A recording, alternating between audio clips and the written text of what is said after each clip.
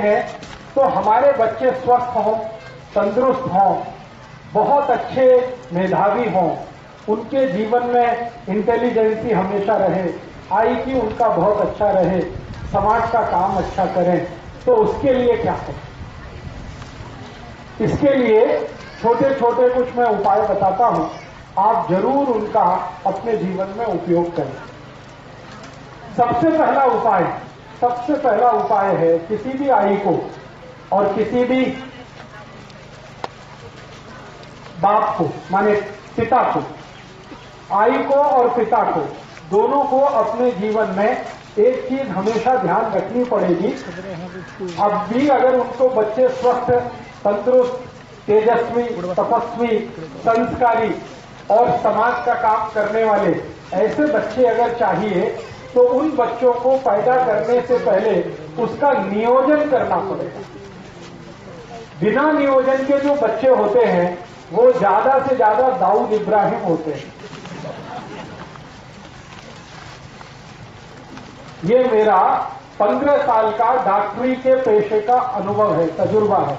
मेरे पास बहुत सारे मरीज आते हैं जिनको अपने बच्चों से त्रास है, और वो बच्चे इतने त्रासवादी हैं, आई वड़िल को पीटते, आई कुछ बोले उसको मारते हैं, वड़िल कुछ बोले उसको मारते हैं, आई वड़िल के कंट्रोल में नहीं रहते। जब उन बच्चों के बारे में मैं पूरी हिस्ट्री लेता हूं तो अंत में जाके पता चलता है कि वो बिना नियोजन के उत्पन्न हुए, बाय एक्सीडेंट। हाँ, तो मेरा आप सभी को ये विनम्र निवेदन है कि जिनको अपने बच्चे तेजस्वी, तपस्वी, संस्कारी, समाजकर्मी, राष्ट्रवादी, धर्म के प्रति श्रद्धा रखने वाले, आई वड़िल की सेवा करने वाले ऐसे बच्चे अगर चाहिए तो उसके लिए नियोजन करना पड़ेगा। बिना नियोजन के वो बच्चे नहीं होते। सबसे पहला फैसला आपको ये करना पड़ेगा। जैसे आप बहुत सारे काम के लिए नियोजन करते हैं, घर बांधने के लिए नियोजन करते हैं, कैसे करते हैं? एक एक पैसा बचाते हैं, जितनी पगार है उसमें से पैसा काट काट के बचा के घर बांधने का नियोजन हमारा होता है। ऐसे ही हम नौकरी के लिए बहुत सारे नियोजन करते हैं, तो ऐसा ही नियोजन आपको करना है। ठीक है?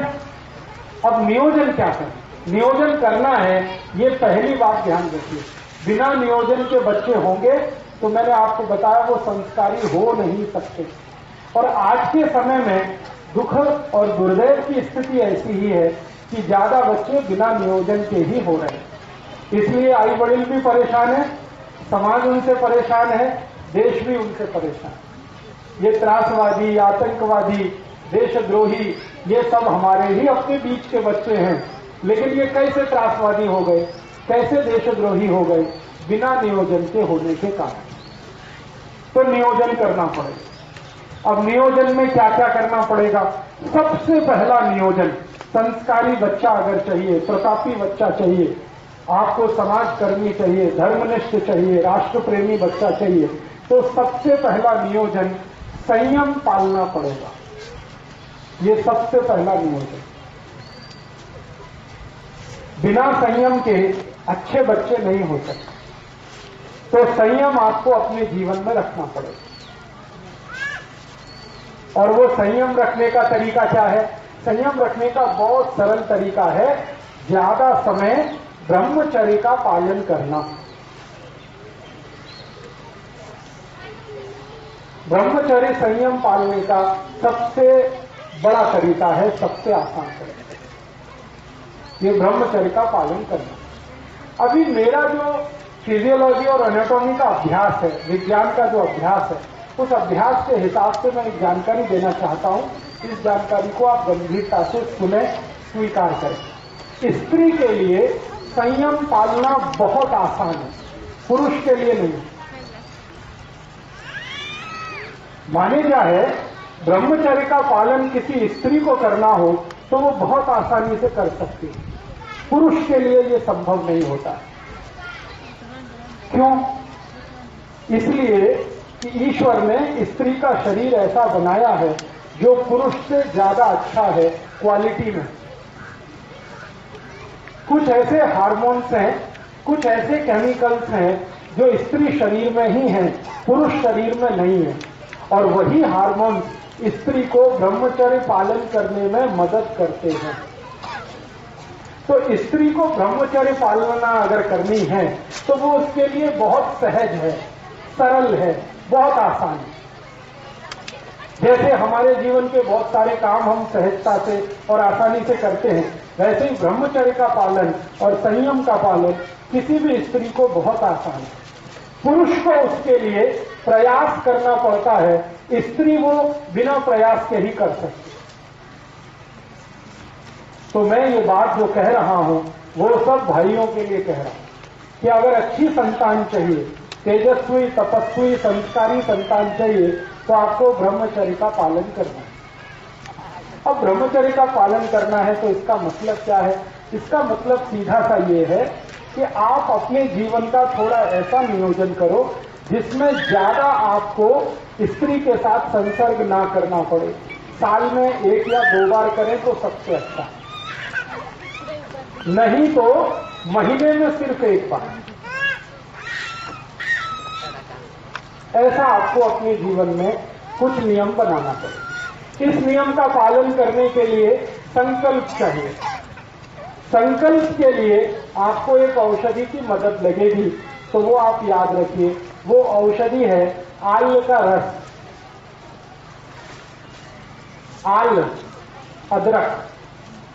तो अदरक का टुकड़ा अगर मुंह में रख के चूसते रहें तो ये हमारे संकल्प को मजबूत करने में बहुत मदद करता है। किसी भी तरह का संकल्प हो, ब्रह्मचर्य पालन का संकल्प हो, व्यसन मुक्ति का संकल्प हो, पैसे के पीछे नहीं भागने का संकल्प हो, अपने जीवन में साधारण तरीके से रहने का संकल्प हो, ये सभी संकल्पों में मदद करता है। तो हमें अच्छी संतान के लिए संयम का पालन ब्रह्मचर्य की मदद से करना है और कोशिश करनी है कि साल में 1 या 2 बार, नहीं तो महीने में ज्यादा से ज्यादा 1 बार, ये आपको करना है पुरुषों को। स्त्रियों के लिए ये सहज है, सरल है, क्योंकि भगवान ने उनको कुछ ज्यादा गुण दिए हैं, उनमें से एक गुण ये है। अब ये गुण होने का एक ही कारण है, मैंने बताया कि उनके शरीर में कुछ ऐसे हार्मोन्स हैं जो पुरुष के शरीर में नहीं। अब उन हार्मोन्स का नाम लेके कॉम्प्लिकेशन नहीं करना चाहता, बस आपको समझाने के लिए। तो आपको बच्चों का नियोजन करना है और नियोजन इस तरीके से करना है। पहला कदम उस नियोजन का संकल्प करना ब्रह्मचर्य का। दूसरा, नियोजन का दूसरा भाग क्या? दूसरा भाग आपको नियमित रूप से अपने जीवन में चूने का इस्तेमाल करना है। चूना मैंने बार बार आपको बोला है, ये दोनों को इस्तेमाल करना है, स्त्री को, पुरुष को। तरीका मैंने बता दिया है, दही में डाल के, ताक में मिला के, रस में मिला के, जैसे भी आपको लेना है। 1 ग्राम चूना, ये दूसरा हिस्सा। तीसरा, आपको खान पान का ध्यान रखना। खान पान का ध्यान कैसे रखना है? अगर आपको आपके जीवन में ऐसे बच्चे चाहिए जो छत्रपति शिवाजी महाराज जैसे हों, राणा प्रताप जैसे हों, तो खान पान का बहुत आवश्यक ध्यान रखना पड़ेगा। वो ध्यान कैसा रखना पड़ेगा? आपका भोजन सात्विक होना है। सात्विक भोजन होने का माने मांस नहीं खा सकते, मदिरा नहीं पी सकते, अंडा नहीं खा सकते, किसी भी तरह का मांस नहीं खा सकते, कोई भी मांस नहीं चलेगा। तो सात्विक भोजन का माने निरामिष भोजन, सात्विक भोजन का माने शाकाहारी भोजन, सात्विक भोजन का माने बगैर अंडे का भोजन। ये सात्विक भोजन का आपको अपने जीवन में पालन करना ही पड़ेगा, बिना उसके आपके बच्चे तेजस्वी तपस्वी नहीं होने वाले। तो भोजन करते समय ये ध्यान रखें, मांसाहार का सेवन ना करें, तो शाकाहारी जीवन ज्यादा हो। शाकाहारी जीवन में कुछ चीजों का उपयोग भरपूर करना है, जैसे गाय का दूध, गाय के दूध का दही, दही की ताक, ताक में से निकाली हुई लोनी, लोनी से निकाला हुआ घी, ये ज्यादा उपयोग करना। और जैसे लोनी है ना, लोनी और उसके साथ खड़ी शक्कर, ये नियमित रूप से खाना,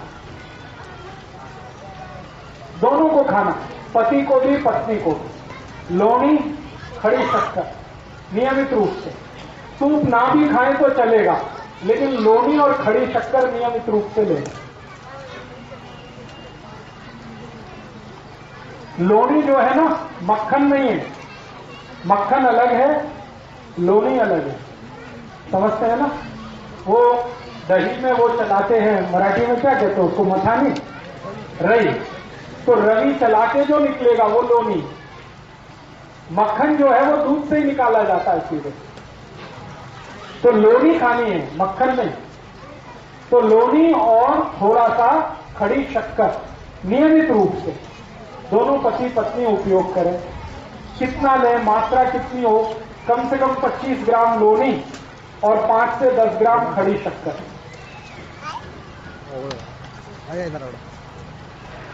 और इसके अलावा जो नियमित रूप से आपको भोजन में लेना है, तिल आपको नियमित भोजन में खाना है। तिल, मसूर की दाल, मूंग की दाल नियमित रूप से खाना। एक दिवस मूंग की दाल, एक दिवस मसूर की दाल, ऐसे नियमित रूप से खाना। और नियमित रूप से जो फल सीजन वाले होते हैं, जैसे अभी गर्मी का सीजन है, तो गर्मी के सीजन में जो फल हैं उसमें आम सबसे जास्ती है, तो भरपूर आम खाना। थोड़े दिन में सीजन बदलेगा तो फल भी बदलेंगे, तो सीजन वाले जो फल है वो भरपूर खाना। जैसे संतरा आएगा, मौसमी आएगी, द्राक्ष आएगा, सीजन के हिसाब से। तो अभी आम है, आम के बाद कुछ, फिर उसके बाद कुछ, उसके बाद कुछ, तो ये सीजन वाले फल भरपूर खाना है। और फल कभी भी भोजन के साथ नहीं खाना है, अकेले खाना है। केला हो, दूसरे फल हो, वो भोजन के साथ नहीं, अलग से खाना। जैसे भोजन किया उसके 2 तास बाद या 2 तास पहले फल खाना, या तो फल सुबह सुबह नाश्ते में भरपेट खाना, वो सबसे अच्छा है। और एक चीज नियमित रूप से करनी पड़ेगी कि थोड़ा शरीर श्रम नियमित रूप से हो, पति का भी पत्नी का भी। पति का शरीर श्रम क्या होना और पत्नी का क्या होना, इसके लिए 2 अलग अलग विभाजन हैं हमारे शास्त्रों में। पत्नी के लिए शरीर श्रम ऐसा होना जिसमें पेट का हिस्सा, जिसको गर्भाशय कहते हैं, उसमें बार बार मूवमेंट आए, ऐसा श्रम हमें होना पत्नी के लिए, स्त्री के लिए। तो वो क्या करना है, जैसे वो चटनी बनाते हैं ना, चटनी, तो चटनी अगर मिक्सी में बनाएंगे तो शरीर का श्रम नहीं है, लेकिन हाथ से बनाएंगे तो शरीर का श्रम है। और उसमें सबसे ज्यादा मूवमेंट यूट्रस रीजन का ही होता है, गर्भाशय का सबसे ज्यादा मूवमेंट होता है, तो चटनी हाथ से बनाए। इसी तरह से हाथ काम ज्यादा घर का, कपड़े धोना तो हाथ से धोना, वॉशिंग मशीन से नहीं धोना, चटनी बनाना तो हाथ से बनाना, रोटी बनाना तो हाथ से बनाना। आजकल रोटी बनाने का मशीन आ गया है, इसलिए मुझे ये बोलना पड़ता है, रोटी बनाना तो हाथ से, कपड़े धोना तो हाथ से, चटनी बनाना, ये सब स्त्रियों के लिए। और एक बहुत अच्छा श्रम है, अगर आप सब करेंगे तो बहुत अच्छी संतान आपको होने वाली है। वो श्रम क्या है, चाकी चलाना। क्या बोलते हैं उसको, जाता, यस। जो भी ताई, जो भी आई इसको चला सके दिन में 15 मिनट, जास्ती नहीं, बस 15 मिनट, उसकी संतान सबसे स्वस्थ और सबसे अच्छी होने वाली। ये चलाने का। अब इसको चलाने से होता है कुछ भी नहीं है, एक ही काम होता है, हमारा जो गर्भाशय का क्षेत्र है उसका सबसे ज्यादा मूवमेंट इसी पोजीशन में होता है जब हम ये चलाते हैं। मैंने थोड़ा अभ्यास किया, अपने पुराने जमाने की जो आई है, जो जाता चलाती है, सबके बच्चे स्वस्थ और तंदुरुस्त।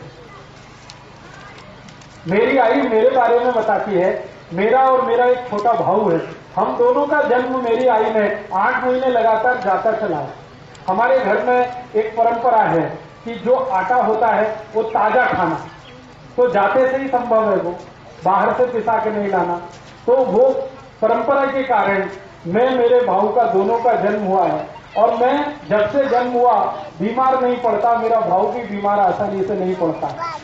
मेरे घर में मेरी आई को बहुत बार मैंने पूछा, तब उसने ये बताया कि जाता का परिणाम है। मेरा जन्म नॉर्मल डिलीवरी से हुआ, मेरे भाऊ का भी जन्म नॉर्मल डिलीवरी से हुआ, घर में हुआ। मेरी अज्जी ने हम दोनों का जन्म कराया, डॉक्टर को नहीं बुलाया। मेरी अज्जी पढ़ी लिखी नहीं थी, दोनों का जन्म उसने आसानी से करा दिया। वो एक ही कारण, जाता। तो आपके घर में अगर जाता लेके आए, बहुत अच्छा है। मिलता है ना अभी? हाँ। बहुत ज्यादा महंगा नहीं है, 50-60 रुपए में या 100 रुपए में मिल जाता है। तो आप उसको नियमित रूप से 15 मिनट, जास्ती नहीं 15 मिनट चलाएं। स्त्रियों के लिए। पुरुषों के लिए शरीर श्रम क्या करना है? पुरुषों के लिए शरीर श्रम सबसे आवश्यक है कि आप थोड़ा दिन अगर चाहते हैं कि स्वस्थ संतान हो तो नागर चलाएं।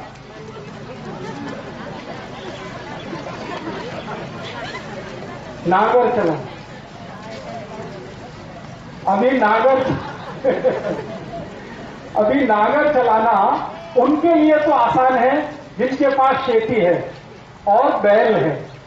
जिनके पास खेती नहीं है उनके लिए थोड़ा मुश्किल है। तो उनको क्या करना पड़ेगा? नौकरी करते हैं बैंक में, बीमा कंपनी में, अभी तो हम नागर नहीं चला सकते, तो उसके बराबर का एक दूसरा श्रम है, उसी के जैसा श्रम है, सीढ़ियां चढ़ना और उतरना। अगर कर सकते हैं तो बहुत अच्छा है, नहीं कर सकते तो तीसरा और आखिरी श्रम है जास्ती पैदल चलना। पैदल चलना, एक दिन में 4-5 किलोमीटर पैदल चलने का आदत डालिए। हर समय मोटरसाइकिल पे चलें, कार में चलें, वो अच्छा नहीं। थोड़ा 5-7 किलोमीटर पैदल चलने का अभ्यास हो, नहीं तो नागर चलाने का हो, नहीं तो सीढ़ियां चढ़ने। तो पुरुषों के लिए इस तरह का श्रम है, स्त्रियों के लिए जाता चलाना, चटनी बनाना, कपड़े धोना, ये सब श्रम अगर हम करें तो संतान आपकी स्वस्थ, तंदुरुस्त और बहुत तेजस्वी और तपस्वी होने वाली। तो ये नियोजन के कुछ कुछ काम हैं। और एक काम करना है हमें नियोजन के लिए, बहुत आवश्यक है वो। और वो नियोजन इस तरह का करना है कि हमारे जीवन में, वैसे तो ये बात बताना ठीक नहीं, लेकिन फिर भी मैं बताना चाहता हूं। बहुत बार ऐसे मुझे पेशेंट आते हैं, वो मुझे कहते हैं कि राजीव भाई, हमारे शरीर का रंग तो अच्छा नहीं है, काला है, थोड़ा डार्क है, लेकिन हमको हमारी संतान चाहिए, उसका रंग साफ होना। अभी क्या करें? ऐसे बहुत लोग आते हैं। तो मैं कहता हूं ये बेकार का बात है। फिर भी वो कहते हैं नहीं, कुछ तो औषध बताओ। तो इसकी औषध ये की है कि जो भी अपने संतान का रंग साफ चाहते हैं, थोड़ा व्हाइटिश कलर चाहते हैं, रंग उसका अच्छा फेयर कलर चाहते हैं, भले उनका रंग अच्छा नहीं है, तो वो नियमित रूप से स्त्री और पुरुष हड़द का दूध पीते रहना। रात्रि को दूध में हड़द मिला के पीते रहना, थोड़ा सा उसमें तूप भी डालना। तो तूप, हड़द और दूध जो भी नियमित रूप से पिए, सभी के बच्चे उनसे ज्यादा अच्छे रंग वाले होते हैं। तो ये नियोजन का एक हिस्सा है। और एक हिस्सा है कि आपके बच्चों की बुद्धि कभी भी तेज रहे, तीव्र रहे, मंदी मंद ना हो, कभी भी उनकी बुद्धि तेज रहे, तेजस्वी रहे, आईक्यू उनका अच्छा रहे, मति मंदता कभी भी ना आए। तो आप और एक छोटा सा नियोजन करना, और वो नियोजन बस वही है जो मैं बार बार पहले कह चुका हूं, दही चूना मिला के खाते रहना, गाय के दूध का दही बनाना, चांदी के बर्तन में उसको दही जमाना, सकाड़ी उसको दही को चूना मिला के खाना। गाय माने देशी गाय, जर्सी। तो मति मंदता नहीं आए, बच्चों में स्वस्थ रहे, तेजस्वी रहे, तपस्वी रहे, सद्भावी हो, सद्विचारी हो, इसके लिए कुछ छोटे छोटे नियोजन। और एक छोटा सा नियोजन, वो नियोजन क्या है? नियोजन एक ही है कि हमें अच्छी सुदीर्घ जीवन वाली, तेजस्वी जीवन वाली संतान चाहिए, स्त्री हो या पुरुष, मुलगी हो या मूला, संतान तेजस्वी तपस्वी चाहिए। तो एक नियोजन जरूर ध्यान रखना है कि हमारे जो पति और पत्नी हैं वो आपस में जब संसर्ग करें तो पत्नी का मासिक चक्र पूरा होने के बाद, पत्नी का मासिक चक्र पूरा होने के बाद या पत्नी का मासिक चक्र शुरू होने वाले दिन से 10 दिन छोड़कर, पत्नी का मासिक चक्र शुरू होने वाले दिन से 10 दिन बाद और 17 दिन के पहले या 18 दिन के पहले, बीच का ये 7-8 दिन का जो समय है, इसी समय में एक दूसरे के साथ संसर्ग करें तो सबसे ज्यादा तेजस्वी और तपस्वी संतान होगी।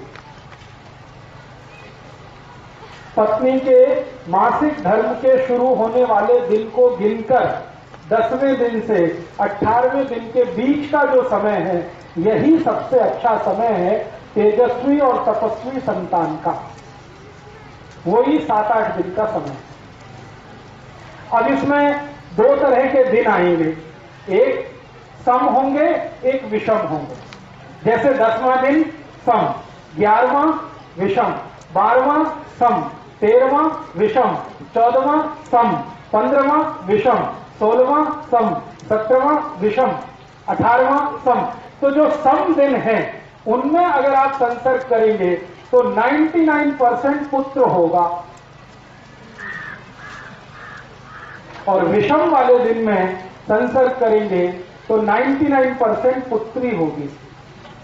1% इसमें अपवाद है और वो कहीं भी होता है। तो अगर आपको नियोजन करना है कैसा, अब व्यसन मुक्त युवक संघ में कुछ कार्यकर्ताओं के पास पुत्री है तो पुत्र चाहिए, तो उनके लिए ये माहिती मैं दे रहा हूं। और जिनके पास पुत्र है उनको पुत्री चाहिए, उनके लिए भी ये माहिती दे रहा हूं। सम दिन में जाएंगे तो पुत्र, विषम दिन में जाएंगे तो पुत्र। और एक और माहिती इसी नियोजन के लिए, आप जानते हैं महीने के 2 पक्ष होते हैं, एक शुक्ल पक्ष और दूसरा, तो जो शुक्ल पक्ष है, इस शुक्ल पक्ष के दिनों में अगर आप संसर्ग के लिए जाते हैं तो 99% आपके बेटे या बेटी का जन्म जो होने वाला है वो बहुत प्रतापी, तेजस्वी, लड़ने वाला, भिड़ने वाला होगा। छत्रपति शिवाजी, राणा प्रताप, ऐसे जो हमारे देश में भगत सिंह, ऊधम सिंह, चंद्रशेखर आजाद, ये सब शुक्ल पक्ष वाले लोग हैं। शुक्ल पक्ष आप समझते हैं, जब चंद्रमा लगातार बढ़ता हुआ होता है। और कृष्ण पक्ष उसका उल्टा। कृष्ण पक्ष में जब आप जाएंगे तो अच्छे से अच्छे साहित्यकार, वैज्ञानिक, बहुत बड़े डॉक्टर, इंजीनियर, चार्टेड अकाउंटेंट, ऐसे बच्चों का जन्म होगा। न्यूटन, आइंस्टाइन, जगदीश चंद्र खुराना, हमारे देश के बोस, हमारे देश के ये जो महान लोग साहित्य के क्षेत्र में, विज्ञान के क्षेत्र में, कला के क्षेत्र में आगे बढ़े हैं, ये सब कृष्ण पक्ष वाले लोग हैं। ठीक है। अब शुक्ल पक्ष और कृष्ण पक्ष का चक्कर क्या है? ये चक्कर है चंद्रमा के शरीर पर पड़ने वाली ऊर्जा। आप जानते हैं कृष्ण पक्ष में चंद्रमा नहीं होता और शुक्ल पक्ष में चंद्रमा बहुत तीव्र होता है। चंद्रमा की तीव्रता अपनी नहीं है। आपको मालूम है चंद्रमा का प्रकाश कहां से आया? सूर्य से। तो चंद्रमा की तीव्रता है तो वो उसकी अपनी नहीं है, सूर्य की तीव्रता है। तो आप समझ लीजिए शुक्ल पक्ष में सूर्य की तीव्रता है, तो उस दिन में जो संतान आएगी वो सूर्य जैसी ही होने वाली है। सूर्य कैसा है?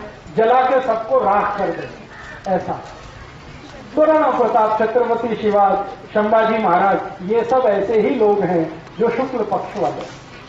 और आपको चंद्र पक्ष में, चंद्र पक्ष माने सूर्य का प्रकाश नहीं है, चंद्रमा का प्रकाश है, तो उस समय के नियोजन में जो संतान होगी वो दिमाग वाली होगी, शरीर वाली नहीं, जिसका ब्रेन बहुत चलेगा, इंटेलिजेंसी उसकी कंप्यूटर से जैसी, उससे भी ज्यादा तेज होगी। दुनिया में सारे दिमाग के काम करने वाले लोग चंद्र पक्ष के पैदा हुए और शरीर से लड़ भिड़कर साम्राज्य स्थापित करने वाले लोग शुक्ल पक्ष के पैदा हुए।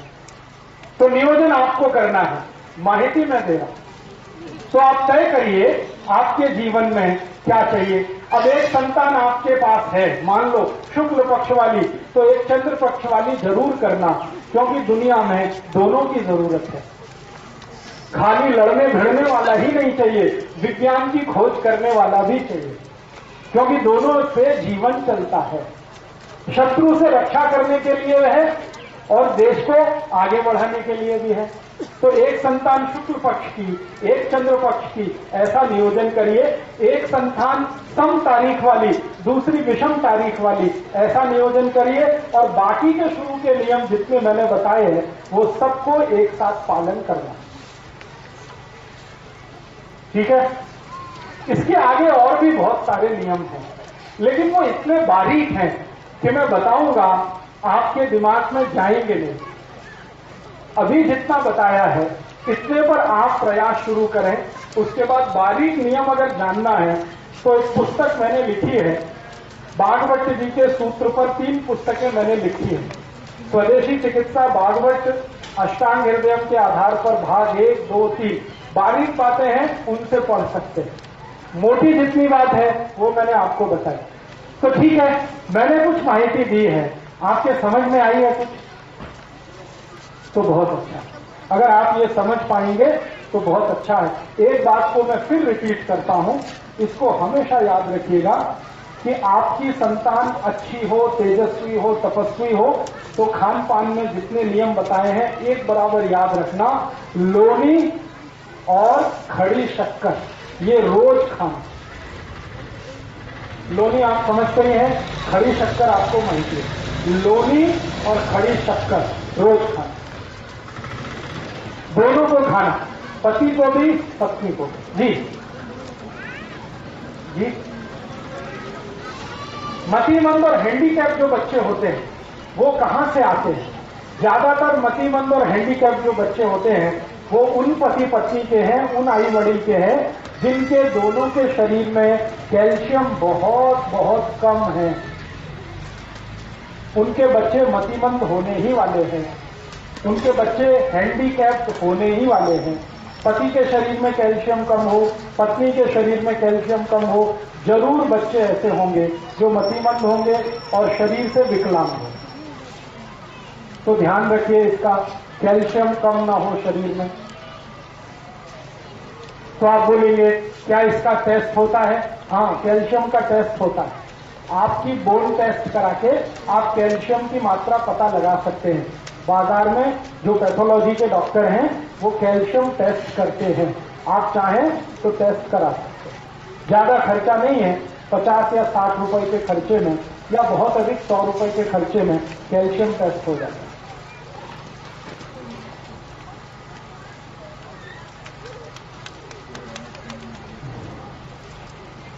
बहुत ज्यादा कुछ नहीं, बहुत ज्यादा। महाराष्ट्र में कोंकण अकेला एक बेल्ट है जहां के बहुत तीव्र बुद्धि के बच्चे होते हैं। उसका कारण है, और कोंकण बेल्ट के सभी बच्चों की आंखें दुनिया में सबसे सुंदर है। किसी की इतनी सुंदर आंखें नहीं है जो कोंकण पट्टी के बच्चों की आंखें हैं। उसका कारण मैं बताता हूं। कोंकण पट्टी के बच्चे, आप जानते हैं कोंकणस्थ, जिनको हम कहते हैं मराठी में कोंकणस्थ, ये कोंकणस्थ लोग दुनिया में इंटेलिजेंसी में सबसे ऊपर है। इनका जब आईक्यू टेस्ट होता है ना, दुनिया के सारे देश, अमेरिका, जर्मनी, जापान, फ्रांस, दुनिया के देशों में इनकी आईक्यू सबसे ऊंची है। कारण पूछो आप, कारण उसका एक ही है कि कोंकण पट्टी की जो मिट्टी है ना, वो उसकी विशेषता है। कोंकण की मिट्टी आप देखो लाल रंग की है, देखा लाल रंग की मिट्टी है। लाल रंग की मिट्टी में जो धान उत्पन्न होता है उसमें कैल्शियम और आयरन सबसे ज्यादा, सबसे ज्यादा। दुनिया में इतना कैल्शियम और आयरन किसी मिट्टी में नहीं है जो लाल मिट्टी में होता है। अब कैल्शियम और आयरन हर चीज में ज्यादा होगा। कोंकण का आम होगा ना, आम, उसमें भी कैल्शियम आयरन है। कोंकण का धान, उसमें भी कैल्शियम आयरन है। कोंकण की दाल होगी उसमें भी कैल्शियम आयरन है, कोंकण की जवारी होगी उसमें भी कैल्शियम आयरन।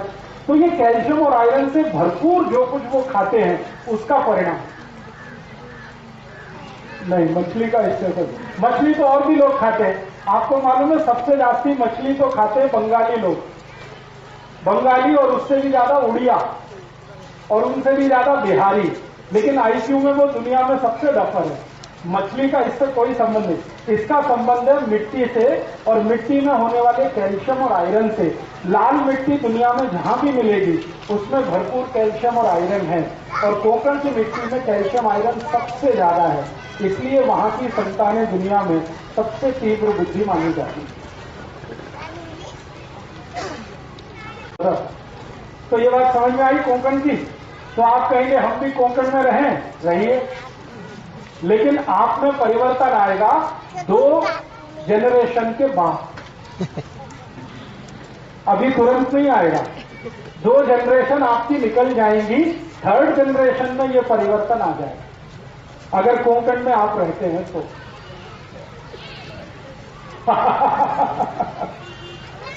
हाँ, अब आप देखिए, इनका तो सवाल और भी अच्छा है कि कोंकण में हम नहीं रह सकते, कोंकण को अपने घर में ला सकते हैं। मतलब ये है कि ऐसा धान्य खाएं जिसमें आयरन और कैल्शियम ज्यादा हो, तो वो आपके घर में भी होगा। तो ऐसा धान्य खाइए जिसमें कैल्शियम और आयरन ज्यादा हो। अब कैल्शियम और आयरन का धान्य ज्यादा होगा तभी संभव है कि जो धान्य को उत्पन्न करने में यूरिया डीएपी ना डाला गया हो, तभी वो संभव है।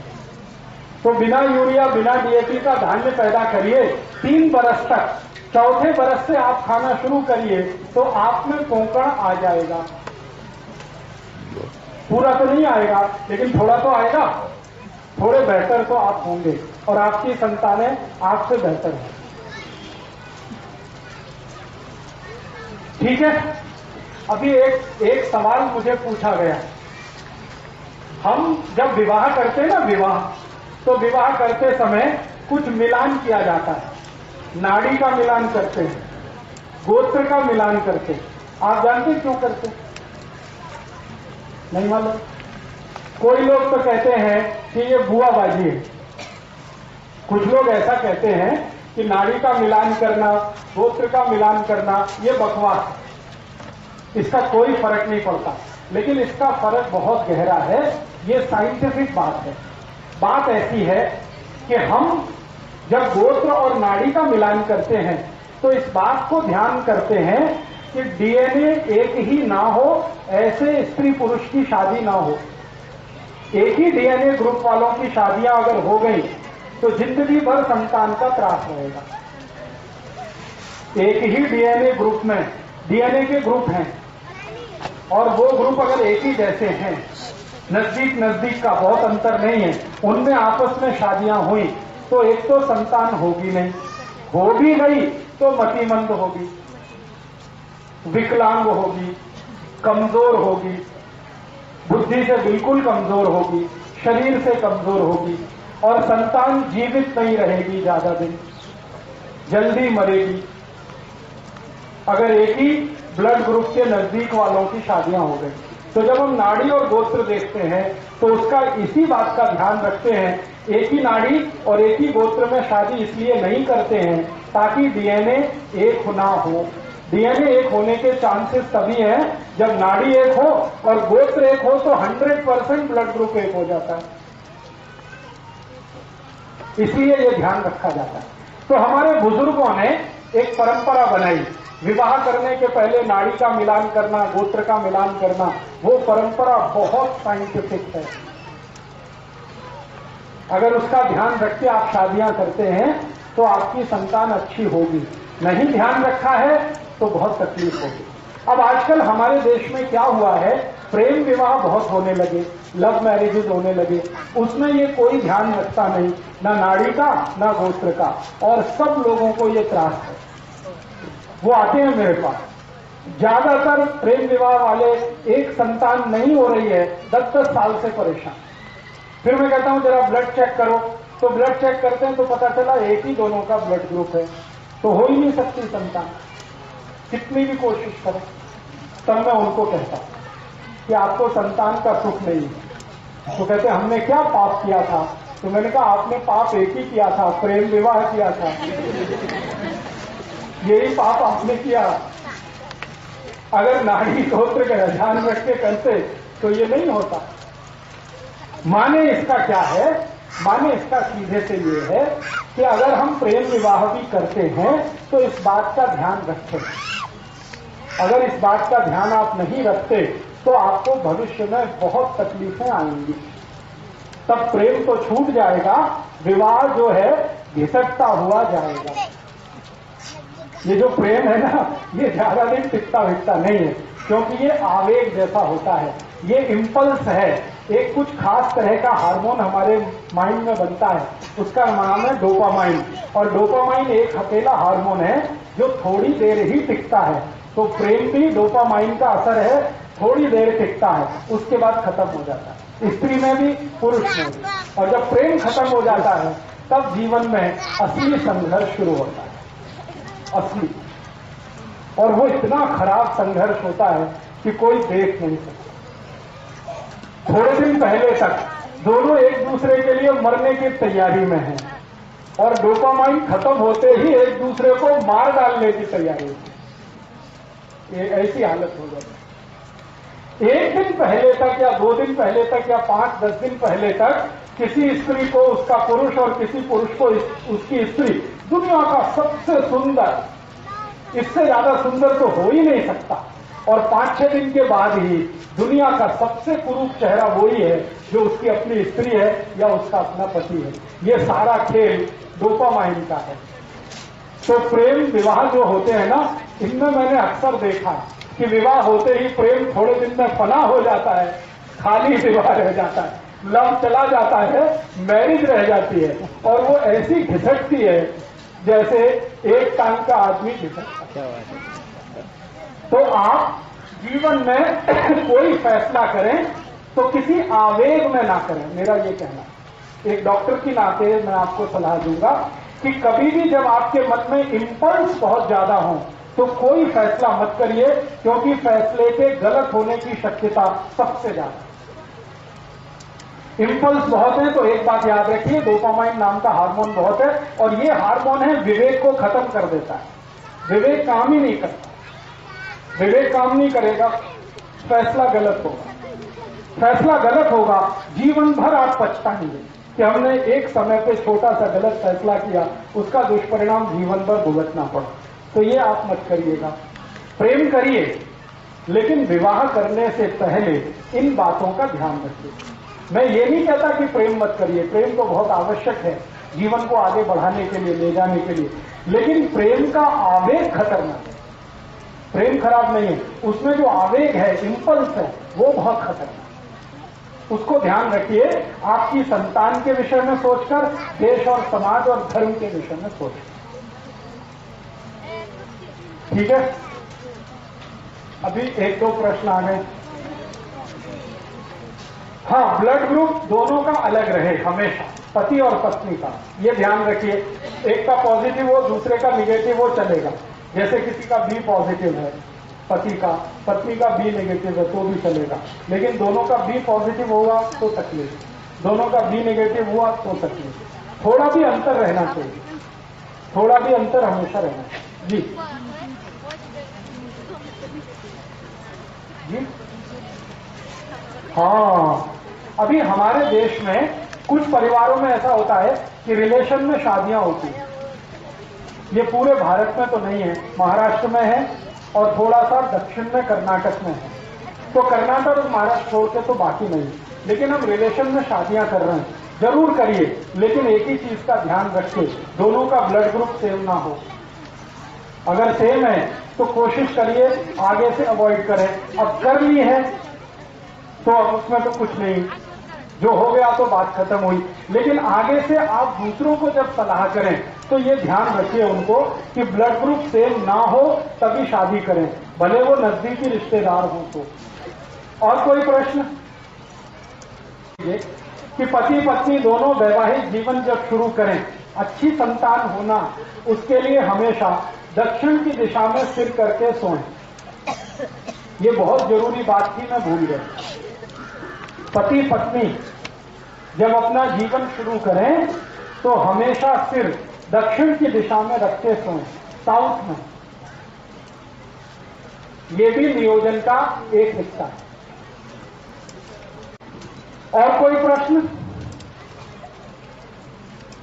जी, अब देखिए, एक विज्ञान की माहिती के लिए मुझे पत्र लिख के आया। हमारे शरीर में क्रोमोसोम्स होते हैं जिनको हम गुणसूत्र कहते हैं, एक्स और वाई। तो एक्स और वाई जो क्रोमोसोम्स हैं उसके बारे में एक मोटी माहिती आप सभी को है। एक्स और वाई अगर आपस में मिलेंगे तो हमेशा पुत्र होगा, लड़का होगा। एक्स और एक्स मिलेंगे तो हमेशा बेटी होगी, लड़की होगी। ये मोटी सी माहिती है। अब इसमें समरात्रि का क्या संबंध है? मैंने बोला ना, हमारी पत्नी के या स्त्री के मासिक चक्र के शुरू होने के दिन से 10वां दिन सम, 11वां दिन विषम, 12वां दिन सम, 13वां दिन विषम। तो ये सम विषम का गुणसूत्र के साथ कोई संबंध है? हाँ, संबंध है। जब सम दिन होता है तो उस दिन पुरुष का जो क्रोमोसोम्स है, स्त्री में तो 2 एक्स ही होते हैं, पुरुष में एक्स और वाई दोनों होते हैं। तो पुरुष का जो वाई क्रोमोसोम्स है वो बहुत पावरफुल होता है सम वाले दिन पर, इसलिए पुत्र होने की शक्यता सबसे ज्यादा है। और विषम वाले दिन पर एक्स क्रोमोसोम्स बहुत पावरफुल होता है पुरुष का, इसलिए बेटी या पुत्री होने की शक्यता सबसे ज्यादा है।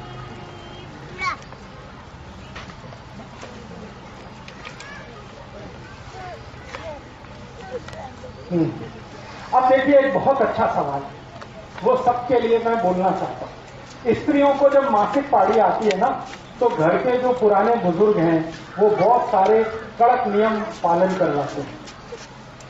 स्वयंपाक घर में नहीं जाना, स्वयंपाक नहीं करना, भोजन नहीं बनाना, ऐसे करना, वैसे करना, वगैरह वगैरह। इसके पीछे का साइंस क्या है? इसके पीछे कुछ खास बात नहीं है। एक ही बात है कि जब स्त्री को मासिक पाड़ी शुरू होती है तो उसके पूरे महीने का सबसे महत्वपूर्ण समय वो है, सबसे महत्व का समय। और मैं विज्ञान की माहिती आपको एक देना चाहता हूं कि वो समय सबसे महत्वपूर्ण तो है ही, सबसे पवित्र भी।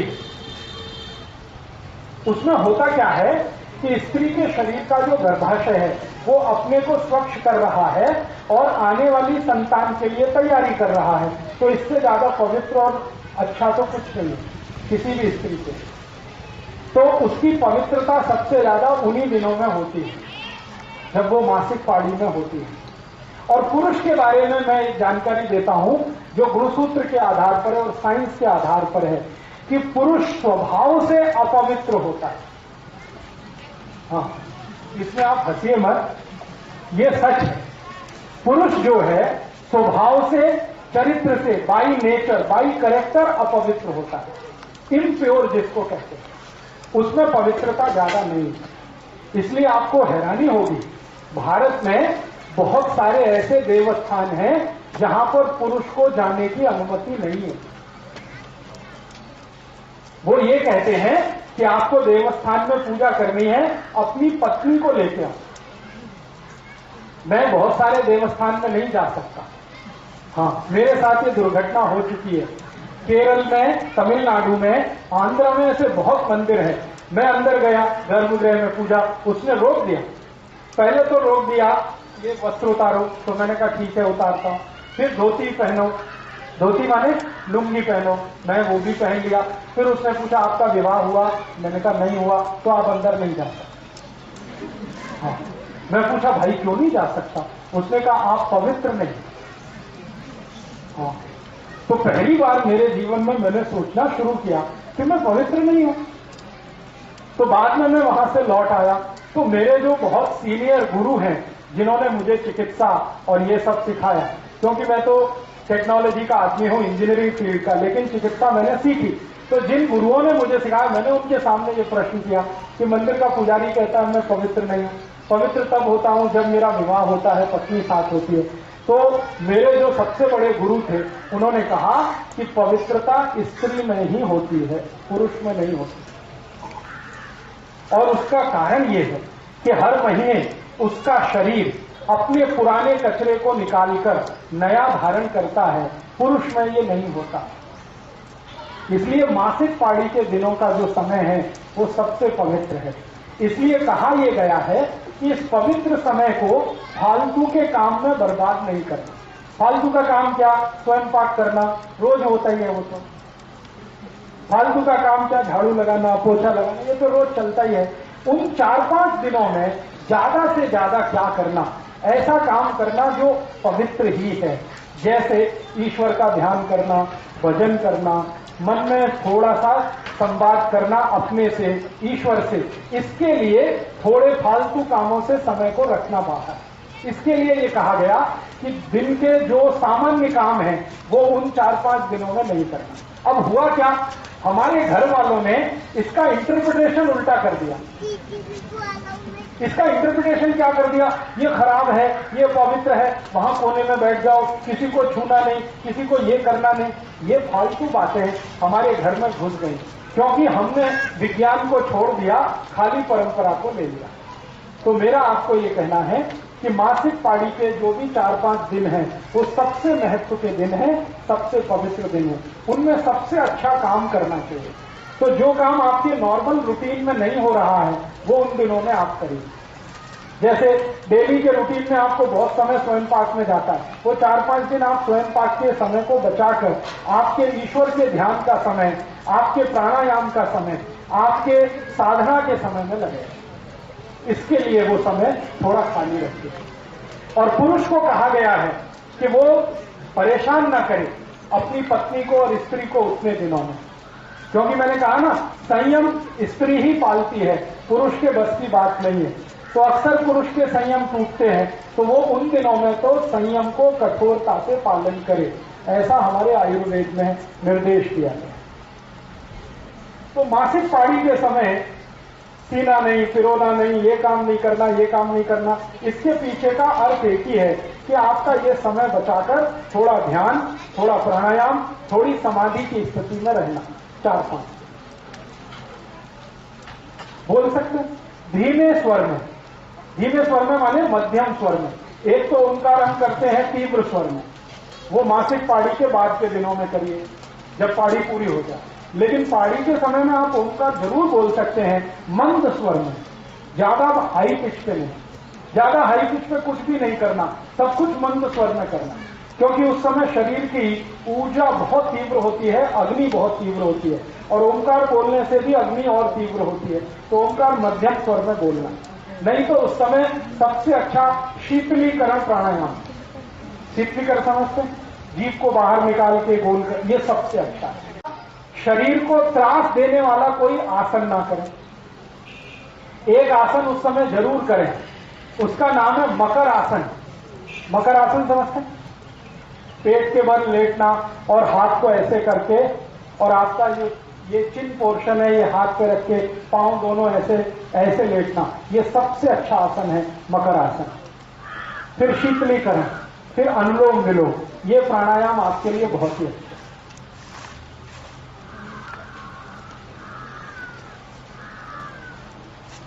तो ग्रामीण भाग में मासिक पाड़ी के समय में जो माहिती आपको दी गई है, इसका थोड़ा परिवर्तन कर लीजिए।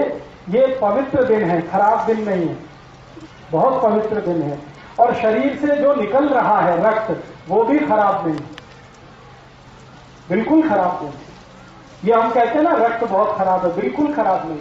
शरीर में जितना रक्त है और उसमें जितनी शुद्धि है, लगभग उतना ही शुद्ध वो है। वो इसलिए बाहर निकल रहा है कि उसकी जरूरत नहीं है। अभी नया रक्त निर्माण होगा, वो 1 महीने तक शरीर में रहेगा, फिर उसकी जरूरत नहीं रहेगी तो वो निकलेगा, फिर नया निर्माण होगा। तो हर महीने नया निर्माण हो, इसके लिए पुराना स्थान खाली करने के लिए वो रक्त बाहर निकलता है। वो अशुद्ध रक्त है इसलिए निकलता है, ऐसा नहीं।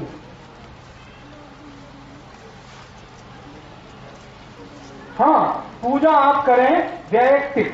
एक तो पूजा होती है सामूहिक और सार्वजनिक जो परिवार के साथ करते हैं। लेकिन शास्त्रों में ये कहा गया है कि स्त्रियों को उन दिनों में वैयक्तिक पूजा ज्यादा करनी। वैयक्तिक पूजा माने अपने लिए ध्यान, अपने लिए प्राणायाम, अपने लिए योगासन, अपने लिए वो सब साधना की स्थिति। परिवार के लिए तो बाकी 25 दिन है ही, वो तो मरना घटना है ही। ये 5 दिन तो उसके अपने हैं, इसके लिए वो उसको कहा गया।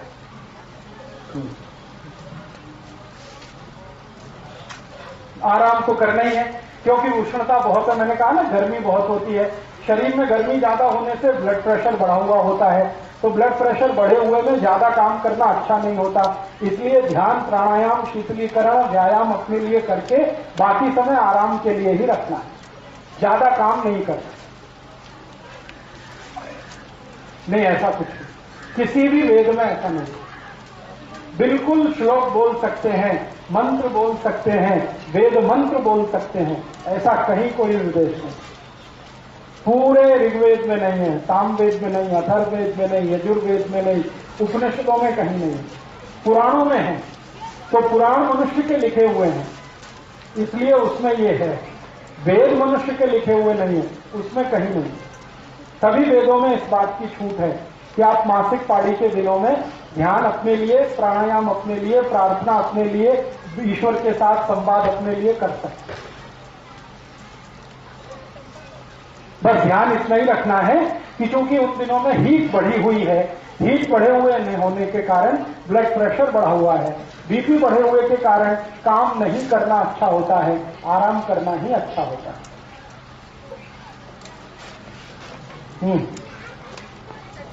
हाँ, इतनी बात समझ में आई जी?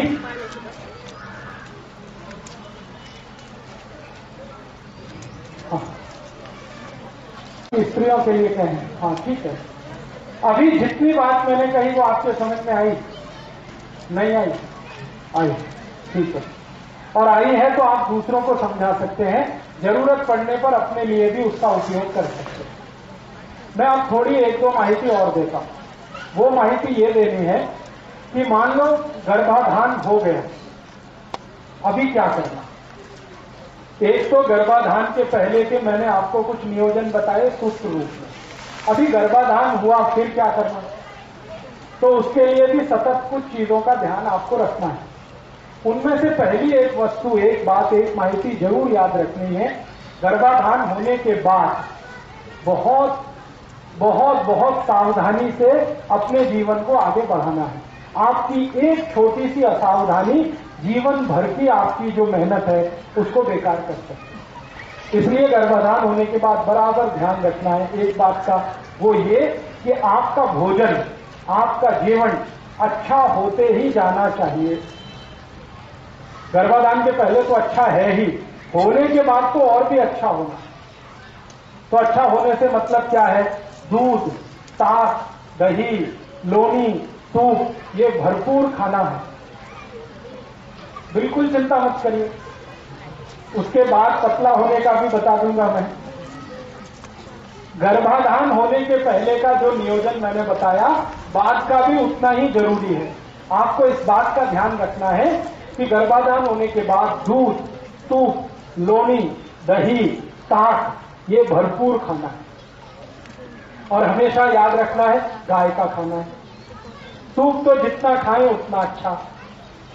फिर आपके मन में आएगा वजन बढ़ेगा, बिल्कुल चिंता मत करिए।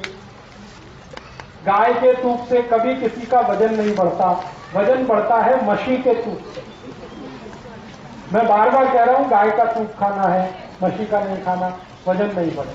गाय का दूध, मछली का नहीं पीना, गाय का पीना, तो भी वजन नहीं बढ़े। तो सूप, दूध, दही, लोनी, ताक, घी, मक्खन, ये सब खाना। एक दूसरा, भरपूर कैल्शियम आपके शरीर में रहे, क्योंकि आपको और आपके बच्चे को दोनों को डबल कैल्शियम अब चाहिए। तो चूने की मात्रा लगातार खाती रहनी है, बढ़ा दिए तो और ही अच्छा है। दही में, ताक में चूना बराबर खाते रहना।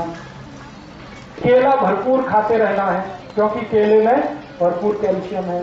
फुटाने, शेंगा भरपूर खाते रहना है, दोनों में कैल्शियम है। तिल खाते रहना है, उसमें भरपूर कैल्शियम है। ये आप छोड़ दो। ये किसी शास्त्र में नहीं लिखा हुआ है। नहीं, आप भरपेट खाओ, आप जितना खाना चाहते हैं केला खाओ, कुछ त्रास हुआ तो मुझे फोन कर लेना। तो आप गर्भाधान के समय में ऐसी चीजें भरपूर खाइए जिसमें कैल्शियम है, ऐसी चीजें भरपूर खाइए जिसमें आयरन है। ये दूसरी बात ध्यान रखिए। तीसरी बात, समय से भोजन और समय से आराम, ये गर्भाधान के बाद बहुत आवश्यक है। समय से भोजन का मतलब है लंच आपका 10 बजे के आसपास होना ही चाहिए और डिनर शाम को 5-6 बजे के आसपास होना ही चाहिए। लंच 10 बजे, डिनर शाम के 5-6 बजे। हाँ, बीच में अगर भूख लगे तो जूस पीना, फल खाना, फुटाने खाना, शेंगा खाना, गुड़ खाना, तिल पट्टी खाना, गुड़ पट्टी खाना बीच में। और सुबह शाम भोजन भरते 9-10 बजे सुबह, 5-6 बजे शाम को। एक भोजन से दूसरे के बीच 8 तास का अंतर गर्भवती आई के लिए। और दूसरा एक ध्यान ये रखना है कि पहले महीने से 7वें महीने तक थोड़ा थोड़ा श्रम करते रहना। श्रम मैंने बताया, जाता चलाना एक है, सिलबट्टे पे चटनी करना एक है, कपड़े धोना एक है, झाड़ू पोछा करना एक है। ये काम अपने हाथों से ही करें तो अच्छा है, मशीन से ना करें। क्योंकि जितना आप कर लेंगे उतना डिलीवरी टाइम में आपको असुकून रहेगा, पेन कम होगा, तकलीफ कम होगी, त्रास कम होगा। ये एक ध्यान रखना है। और एक आखिरी ध्यान इस बात का रखना है कि पूरे पहले महीने से 8वें 9वें महीने तक, 9 महीने 9 दिवस 9 घंटे, एग्जैक्ट टाइम ये है, 9 महीने 9 दिवस 9 घंटे, ये गर्भाशय के पूरे होने का समय है। इतने दिन तक आई को, पत्नी को कुछ मानसिक त्रास नहीं होना, कैसा भी, किसी भी तरह का मानसिक त्रास नहीं होना, क्योंकि उसका सबसे ज्यादा दुष्परिणाम होता है वो संतान को होता है। आई को थोड़ा मानसिक त्रास संतान के ऊपर 10 पट बढ़ जाता है। आई को थोड़ा हलन चलन हुआ ना, संतान को 10 पट बढ़ जाएगा। तो आई को कुछ भी त्रास नहीं होना। अब इसकी जिम्मेदारी पूरे परिवार को लेनी है। पति को तो विशेष रूप से लेनी है, परिवार के दूसरे सदस्यों को उसकी जिम्मेदारी लेनी पड़ेगी कि आई के साथ ऐसा कुछ ना हो जो उसको मानसिक त्रास वाला हो। जैसे हर एक व्यक्ति को, स्त्री हो या पुरुष, कुछ चीजें पसंद हैं, कुछ नापसंद होता है ना, सबके जीवन में होता है। छोटे बच्चे को भी ये पसंद है, ये नापसंद है, ये पसंद है। तो आई को जो जो चीज नापसंद है वो उतने दिनों में नहीं होनी चाहिए घर में। अब उसकी एक सूची बना लो, ये चीज नापसंद है तो ना हो, क्योंकि नापसंद वाली चीज होगी तो मानसिक त्रास होगा और उसका दुष्परिणाम आई को जितना होगा उससे ज्यादा बच्चे को होगा। और बार बार मानसिक त्रास अगर बच्चे को आपने दिया तो वो बच्चा जब पैदा होकर आएगा तो जिंदगी भर आपको त्रास देगा। ये आप ध्यान रखें। मैं आपको बहुत गंभीर बात कह रहा हूं कि अगर आपने इसका ध्यान नहीं रखा, आई को मानसिक त्रास हुआ बार बार, तो बच्चा हो गया, फिर जब वो बड़ा हो जाएगा तो वो ऐसा मानसिक त्रास देगा कि जिंदगी भर आई और बाबा रोते रहते हैं। बहुत बार बच्चों को आपने देखा ना, आई बाबा को रुलाते हैं। ये वही बच्चे हैं जो गर्भ के समय अपनी आई के पेट में थे और आई को मानसिक त्रास हुआ, उससे ज्यादा बच्चे को हुआ, तो वो पूरा बदला निकालता है। तो आई वडील पूछते हैं, कौन सा हमने कुकर्म किया था जो ऐसा हमारा बेटा हुआ? तो मैं उनको याद दिलाता हूं कि याद करो, तुमने गर्भाशय के समय जब ये था क्या क्या त्रास दिया था। तो उनको याद नहीं आता, फिर खोद खोद के याद दिलाते हैं तो फिर पता चलता। तो इस बात का आप हमेशा अपने जीवन में ध्यान रखें।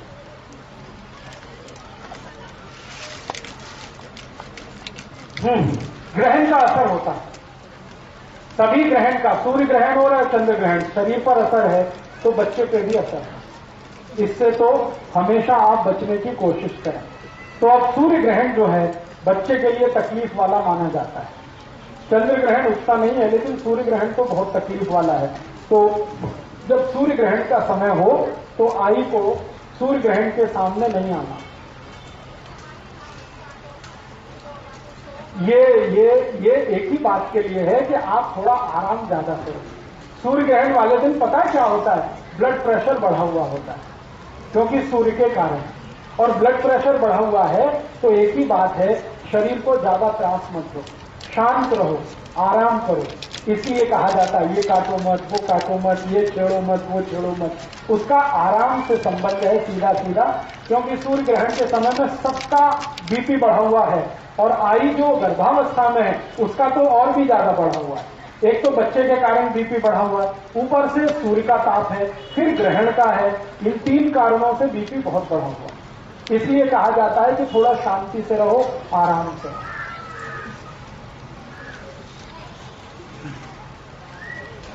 कुछ समझ में आ गया? अच्छा, अब मुझे कुछ प्रश्न आए हैं, उनका मैं उत्तर देने की कोशिश करता हूं। आपके प्रश्न है तो आप भी पूछ सकते हैं। एक प्रश्न आया है कि कोई पति को और पत्नी को बच्चे नहीं होते, क्या करना है? ये व्यक्ति जो भी प्रश्न कर रहे हैं वो मुझसे व्यक्तिगत मिले, क्योंकि उनका सार्वजनिक उत्तर नहीं है। किसी का कोई तकलीफ है, किसी का कोई तकलीफ, किसी में पति को तकलीफ है, किसी में पत्नी को तकलीफ है। तो एक जर्नल उत्तर इसका मैं नहीं दे सकता, इसलिए आप व्यक्तिगत रूप से मिले। नहीं तो मेरा नाम पता लिख लें, मुझे खत लिखें या ईमेल करें, विस्तार से आपकी माहिती मुझे दें, तो विस्तार से ही मैं समझ के कोई औषध बता सकता हूं।